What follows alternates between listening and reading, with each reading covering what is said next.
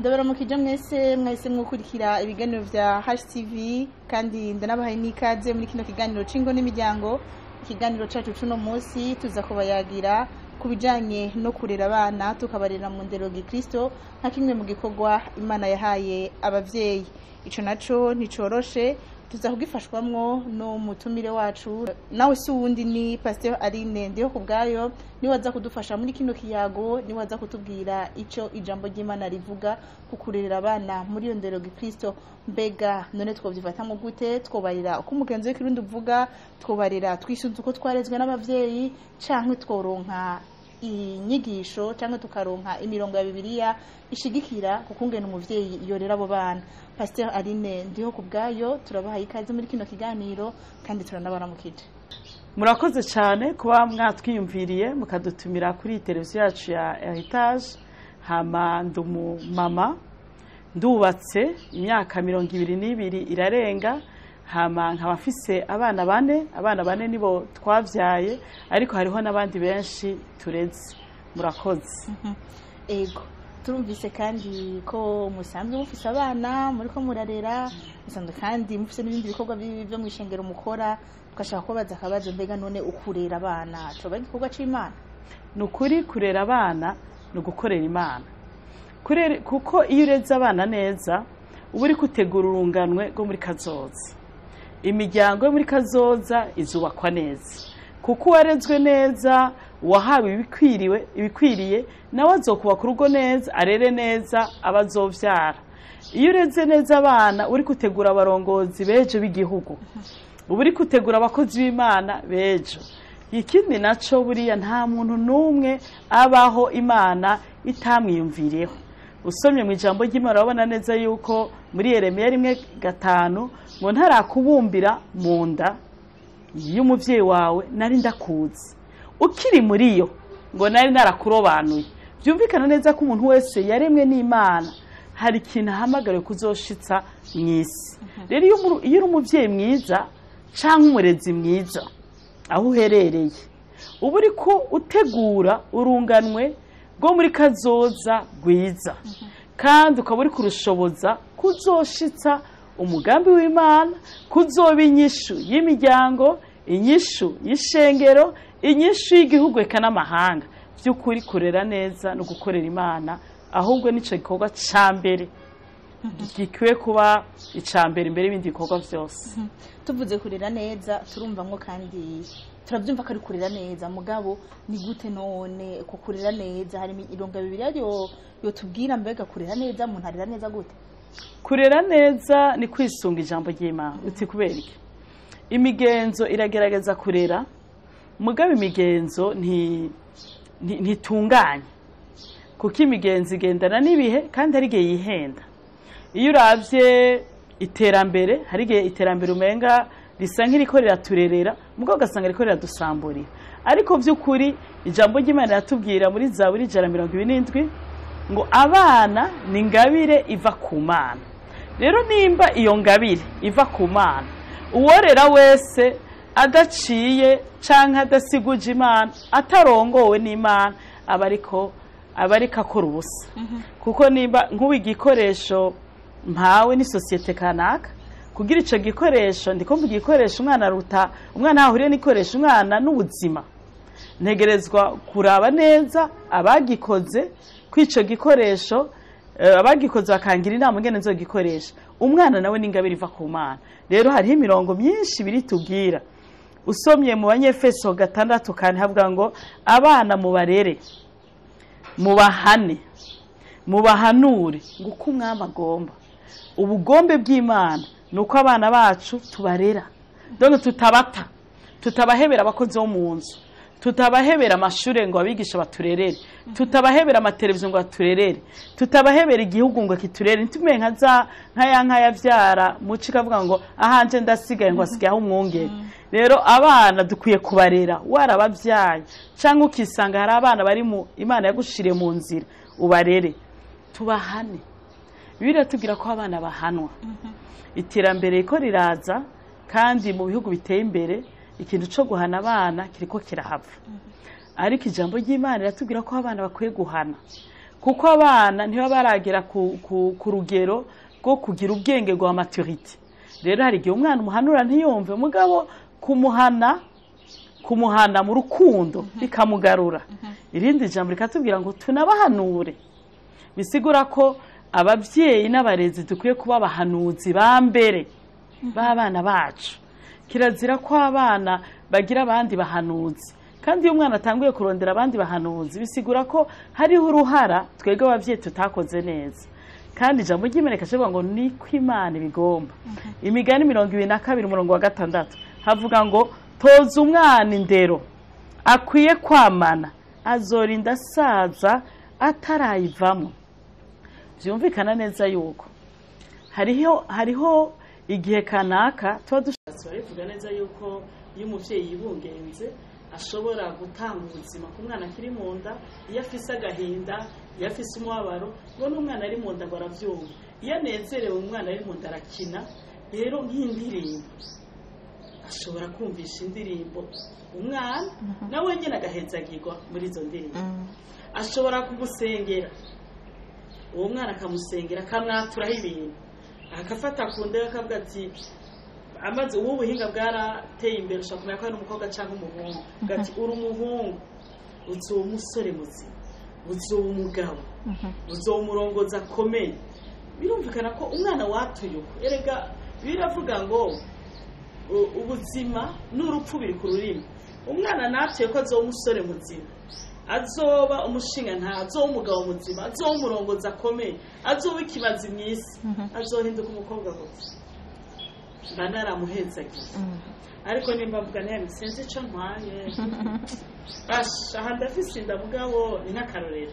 Ariko iyi si turiko turavyaramo nta kigenda, mwana ihangane, iyi si y'amagogo. Uko ndiko ndavuga arabyumva, kandi kuko ndi umubyeyi, urupfu n'ubuzima biri ku rurimi. Rero umwana akiri mu nda ndamuhenzagira, hama iyo avutse bamushikirije umuvugisho wa mbere ku mwana ni nyina wiwe, ni se wiwe. Ntabwo ari pasiteri, ntabwo ari porofeti kanaka, ntabwo ari apotre kanaka. Umuvugisho wa mbere ku muntu ni nyina yamubyaye na se yamubyaye. Rero ufise umwana bakimuvugishwe, birabaje abantu basenga ibintazi yuko iyo bafise abana babo mu biganza bakibaronka niho babereka izuba, niho babereka ibigirwamana. Ariko twebwe dufise Imana nzima yaturemye, abana tukibaronka tubereka Imana, tutaranabatwara mu rusengero tubavugisha. Umupapa n'umumama hari ibyo bakiriko baramukora, ikintu ca mbere muvugishweho. Ukiri kuronsa umwana mubwira amajambo meza, musomera ijambo ry'Imana. Ariko arakura muri telefoni, mbu umwana akubwira ati ntiza telefone. Ubu dufise ubuhinga buriko buratera imbere. Tanga umwereke amasanamu y'ibintu by'Imana, uturimbo tw'Imana. Uko umwana agenda akura aba ari ku muvyeyi nawe agenda amuha ivyo kurya bikwiranye n'ugeragezemo, kugeza aho azoba inkumi canke umusore ageze kubaka, utangure nawe umuganirize ibijanye n'urugero rwiwe. Yego, ngerageje kumviriza byose bifatira ku ijambo ry'Imana, kandi nibyo navyo vyiza. Mbega none abana barerewe mu ijambo ry'Imana, abavyeyi babikoze neza uko ijambo ry'Imana ribisaba, mu nyuma iyo nzira yo gukurikira Imana ikabagora, reka wacu tubareka. Oya, imbuto ijambo ry'Imana imbuto itabora. Umuvyeyi hari igihe akora uruhara rwiwe akarera umwana wiwe, ivyo byose biza akabikora. Mugabo kuko Imana yaremye umuntu, Imana ntiyaremye umuntu mu buryo bw'ikirobo, bw'ikimashini. Imana yaremye umuntu wese imuha amahitamo. Hari igihe wa mwana agera ahantu akavuga ati ndageze guhitamo nanje, ibintu byose ni papa na mama babimpakiyemo, cyo rero nanje ndashaka kugira amahitamo yanje. Iyo Mana ndayemere cyangwa sinayemere. Hama kuko yarerewe mu nzira y'Imana, hari igihe umwana avuga ati reka nanje ntangure mbona ivyo bintu by'igipagani. Ugasanga umwana afashe inzira yiwe.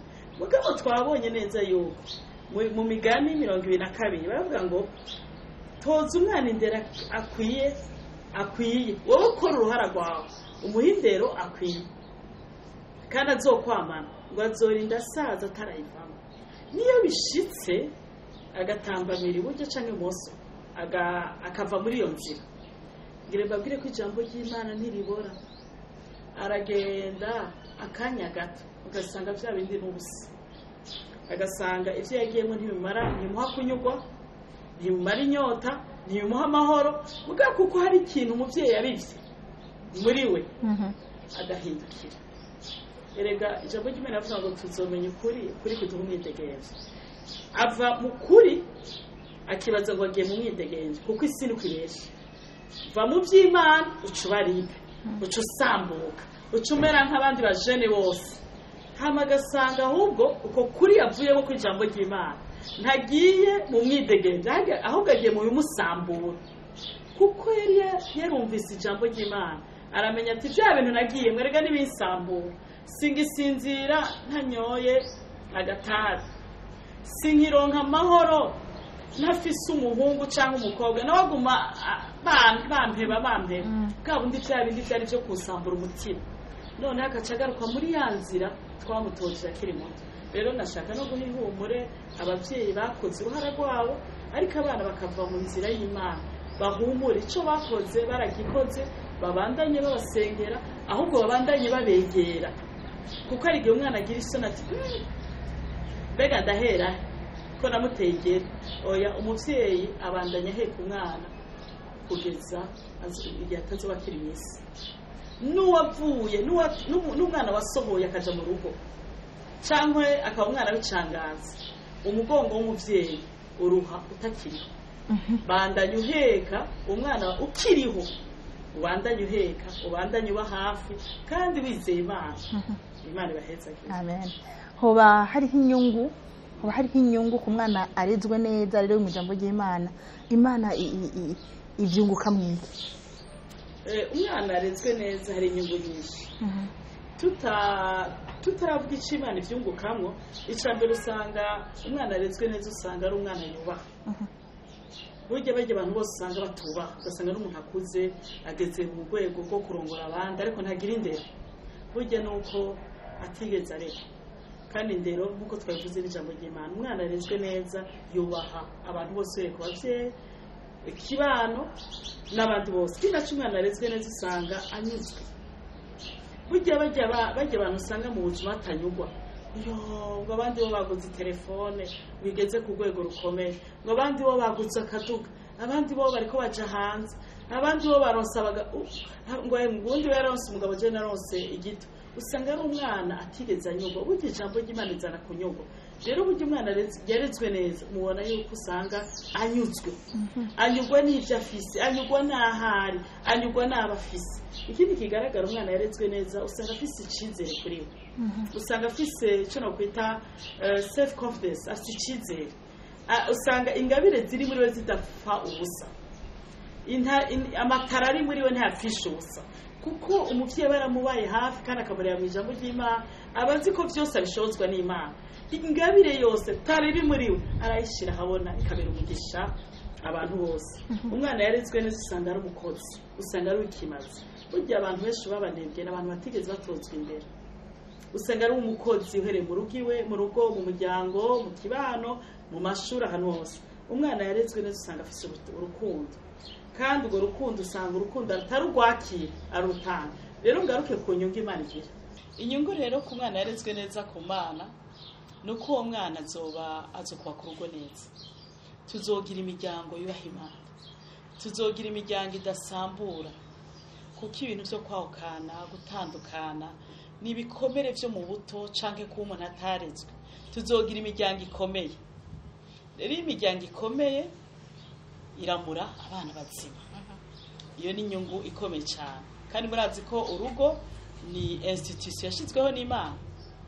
Hama ikindi naco, iyindi nyungu nziza, tuzogira abakozi b'Imana. Murazi ko hari igihe muhora mubona abakozi b'Imana ugasanga bafise ubumenyi bw'ijambo ry'Imana kwamenga ntibarezwe.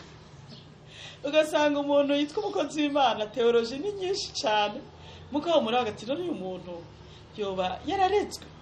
Uburyo avuga, uburyo yifata, uburyo abana n'abandi, ugasanga ni ibintu by'amateoloji menshi canke amadini menshi ari muri yo mbwa ntandero. Rero umwana yarezwe neza azoba umukozi w'Imana ahesha Imana icubahiro kandi agatera iteka abamwizeye. Ntazotukisha ingoro y'Imana, ntazotukisha umubiri wa Kristo, kubera hamwe n'ijambo ry'Imana yize hariho n'indero yahawe, kandi ijambo ry'Imana yayihawe mu rukundo. Umwana yarezwe neza hari inyungu nyinshi ku Mana, ari umurongozi akomeye. Ejo abaye umukuru w'igihugu, ejo abaye umushikiranganje wa mbere, ejo abaye umushinga amateka, ejo akaba umuministre canke umudirecteur canke nyumbakumi canke chef de quartier canke mustane, usanga uwo muntu ari uwikimaze kandi adatukisha izina ry'Imana. Uraza umuntu avuka mu bakristo, avuka mu miryango yizera yubaha Imana, hama kandi yarezwe akaba ari mu mabanga akomeye mu gihugu, uwo muntu avuga ngo aha ni umuntu w'Imana, uyu muntu vraiment ni umukozi w'Imana. Ega arigihe bibagira yuko ari na honorable bakamwita pasteur. Numva ivyo bihesha Imana icubahiro. Iyo mbere y'umuntu umuryango yavutse mu miryango y'abubaha Imana, akavuka mu bakozi b'Imana, muga atigeze aregwa, hama akaba ari nka honorable, akaba ari ministre kanaka, akaba ari chef de quartier kanaka, ngo ujya ni gishetani. Urumva ni mwemu mbi bitukisha Imana, bitukisha izina ry'Imana. Nukuri kurera neza byubahisha Imana, bihe icubahiro Imana, byubahisha ishengero rya Kristo muri rusange, bitera iteka abavyeyi bubaha Imana. Yego. Tugaruke ku kurira kandi mbega kurira umwana umurira mu ijambo ry'Imana byo bari byoroshe? Ntivyoroshe. Yego nitwobesha ko ntivyoroshe, kuko usomye ya majambo twasoma mu gusubira mu vyagezwe bisaba ikiguzi, kuko bisaba ko umubera akarorero. Erega burya ibyo umuntu avuga ntivyumvikana cyane, ariko ubuzima bw'umuntu burigisha gusumba amajambo. Rero wowe uri kurarera kwiye kuba d'abord icitegererezo. Ega ingone nyinshi y'abavyeyi kandi b'abakristo nuko tubwira amajambo menshi abana, ariko tukabereka biki. Ora abana ntibakeneye kubona ivyo, ntibakeneye kumva, bakeneye kubibona. Rero abavyeyi bakwiye kuba akarokeza. Ivyo rero bigasigura yuko dukwiye gutanga ikiruzi. Nimba hari ibintu bikugora, emera ubihebe, wemera upfe mu kameremere, kugira ngo umwana wawe nawe akwigireho. Ntushobora kubwira umwana ngo ntukabeshe, kandi haje abantu kuraho cyo babwira ngo babwire ko ntahari, canke ntubwire umwana ngo ntukibe, azi neza kusahura itunga ryaho uherereye. Ngo basha ngo no munsi ngo akarere kari gapanze neza, ngo nukuri ngo amafaranga vraiment ngo twasha akakumva. Bagere tuzi ko abantu batumva, baratwumva iyo tuganira nabo twubakanye, baratwumva. Wicaranye n'umugabo cyangwa umugore wawe ngo bugere ngo ashinga miliyoni 2 nazireruye ibihumbi 100 umwana reka arakumva. Ejo gashumubwira ngo ya mafaranga yari mu cumba yashize, arakwihorera. We ntiwayivye leta, we ntiwayivye mwishira hamwe. Ntushobora kubuza umwana kwiba azi ko aho uherereye ukora wiba.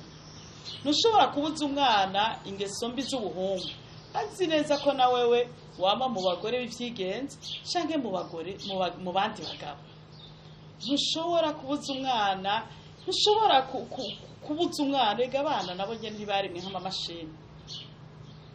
Baravuga ati mbe wewe uri kurambuza urinde, wowe uri kurampanura urinde, ko witwa kuri umukristo, ko witwa kukorera Imana, ntitubana, sindakuzi.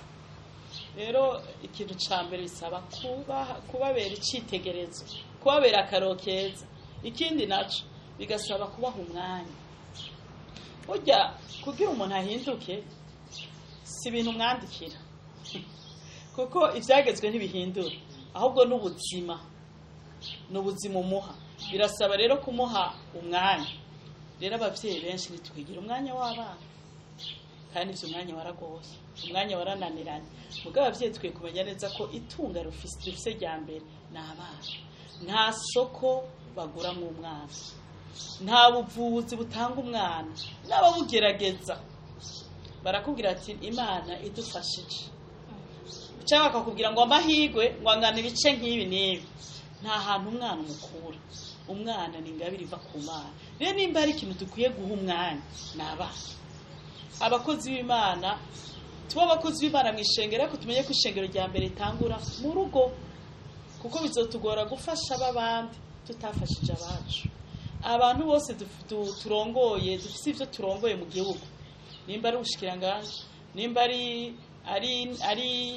ari nyumba kumi, nimba ari chef de quartier, nimba ari député, uwo ari we wese, nimba ari umusenateri, umenye neza yuko ukwiye kuronderera umwanya abana, kuko nibo ba mbere bene gihugu ufise urongoye. Imbere yo kuvuga ngo userukira bene gihugu wo mu ntara uvukamo, hariho abene gihugu wo mu nzu yawe ukwiye kubaha umwanya.